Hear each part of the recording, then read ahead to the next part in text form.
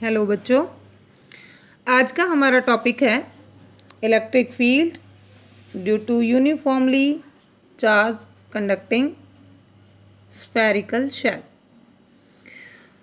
Topic को जब हम स्टार्ट करते हैं तो हमें ये पता होना चाहिए कि जो क्वेश्चन हमसे पूछा जा रहा है उसमें क्या मांगा जा रहा है। You have to find out electric field किसकी वजह से, uniformly charge conducting spherical shell means you are having a spherical shell which is having a uniform charge distribution and the shell is conducting overall. Let me suppose we are having a spherical shell whose radius is capital R, center is O, and let me suppose plus Q charge is distributed over it. देखिए charge uniformly distributed है, सो Y अब shell है तो surface पर distributed होगा। You will use sigma as a charge density. Sigma you know क्या होता है, कितना चार्ज कितने एरिया पर, तो क्यू बाई ए या D Q by D S. अब हमारे पास क्यू चार्ज डिस्ट्रीब्यूटेड है, क्यू एरिया कितना होगा 4 पाई आर स्क्वायर शेल का। तो सिग्मा की वैल्यू आप यहाँ से फाइंड आउट कर सकते हैं, जहाँ पर हमें ज़रूरत होगी वहाँ पर इसकी पुट ऑन कर लेंगे। अब आपको निकालना है इलेक्ट्रिक फील्ड। देखिए हमें यहाँ पर इलेक्ट्रिक फील्ड निकालने के लिए पॉसिबिलिटीज़ देखनी है, कितनी बन सकती हैं। बन सकती हैं कि जिस पॉइंट पर हम फील्ड निकालना चाह रहे हैं या तो वो शेल के ऊपर ही हो, पहली पॉसिबिलिटी, या वो पॉइंट इस शेल के अंदर हो, दूसरी पॉसिबिलिटी, या फिर ये पॉइंट शेल से कहीं दूर बाहर हो, तीसरी पॉसिबिलिटी। देखिए जब ये पॉइंट शेल के ऊपर ही होगा तब तो इस पॉइंट की डिस्टेंस सेंटर से सेम वही होगी जो आपके स्फेरिकल शेल की रेडियस है, दैट इज़ आर। जब ये पॉइंट आउटसाइड होगा तब हम इस डिस्टेंस को कुछ और मान सकते हैं। You may take it as X Y Z whatever else, let me take it small R. और जब ये पॉइंट सेंटर के अंदर शेल के अंदर होगा तब इसकी डिस्टेंस कुछ और होगी, let this one is R dash. हम एक बार तीनों केसेस को मैथमेटिकल लिखने से पहले थोड़ा थोड़ा डिस्कस करते हैं। देखिए एक बार पहले केस को देखिए, जब आपका पॉइंट शेल के ऊपर ही है तो सरफेस चार्ज डेंसिटी सिग्मा और जो रेडियस है और इसके पॉइंट की डिस्टेंस है दोनों सेम है। तो कुल मिला के आपका इलेक्ट्रिक फील्ड क्या हो जाएगा, using your Gauss law, E dot D S is equal to how much, जितना चार्ज आपने एंक्लोज किया। तो सबसे पहले हमें चार्ज को एंक्लोज करना होगा, किसी स्फीयर में हम इसको एंक्लोज कर देते हैं। कितना चार्ज एंक्लोज किया, Q बाय एप्सिलॉन नॉट। यहाँ पे E सरफेस एरिया DS, अब हमारा पॉइंट भी वही है, शेल का रेडियस भी वही है, तो ये 4 पाई आर स्क्वायर होगा is equal to Q by epsilon naught, और यहाँ से हमारा E आ जाएगा Q by 4 pi epsilon naught R square.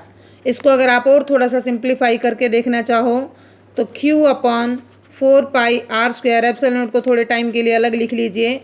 इस वैल्यू को आप सिग्मा पुट कर सकते हैं। सिग्मा क्या है, Q by 4 pi R square, that is your surface charge density.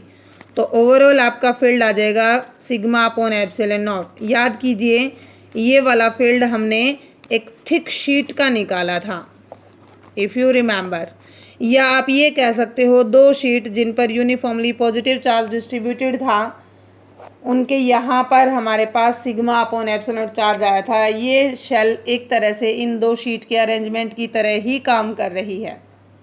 पहला पॉइंट क्लियर हो गया, सिग्मा अपॉन एप्सिलॉन नॉट इसका फील्ड होगा कहाँ, जब आप शेल के सरफेस पर पॉइंट को रखते हैं। दूसरा केस, जब आपका पॉइंट शेल के अंदर है। अब अंदर तो कोई चार्ज हमने एंक्लोज कर ही नहीं रखा। अगर चार्ज ही नहीं एंक्लोज कर रखा तो कोई फ्लक्स आपका नहीं होगा। गॉस थ्योरम बोलती है कि ई डॉट डी एस, अब अंदर तो हमने चार्ज को एंक्लोज कर ही नहीं रखा, चार्ज को तो सरफेस पे रखा हुआ है, तो टोटल Q 0 हो गया अपॉन एप्सिलॉन नॉट, तो E की वैल्यू टोटल क्या आ जाएगी 0।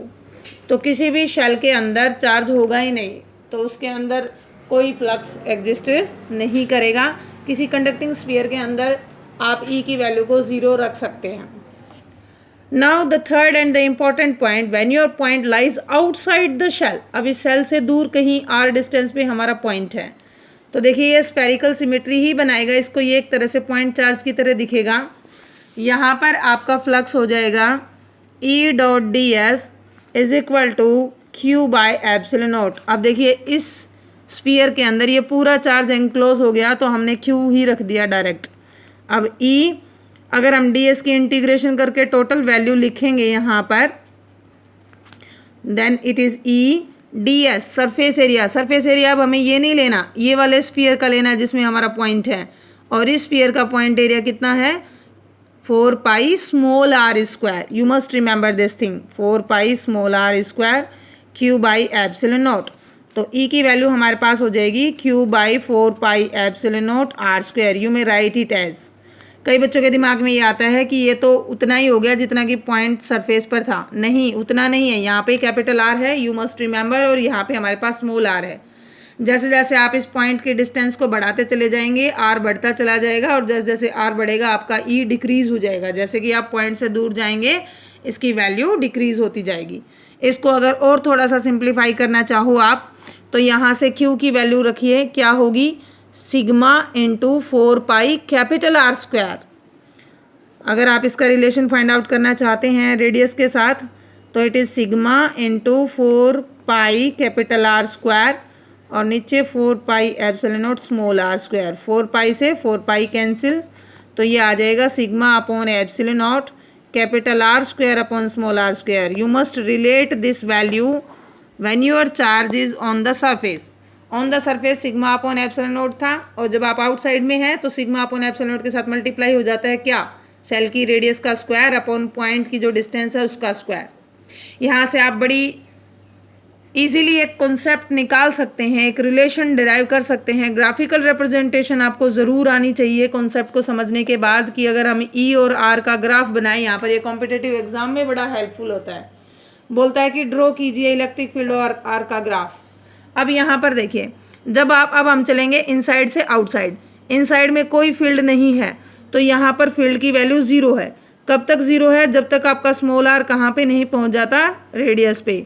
जब तक आप यहाँ से यहाँ नहीं पहुँच जाते कोई फील्ड नहीं है। जैसे ही आप यहाँ पहुँचोगे फील्ड आ जाएगा, कितना आ जाएगा sigma upon epsilon not which is maximum 1।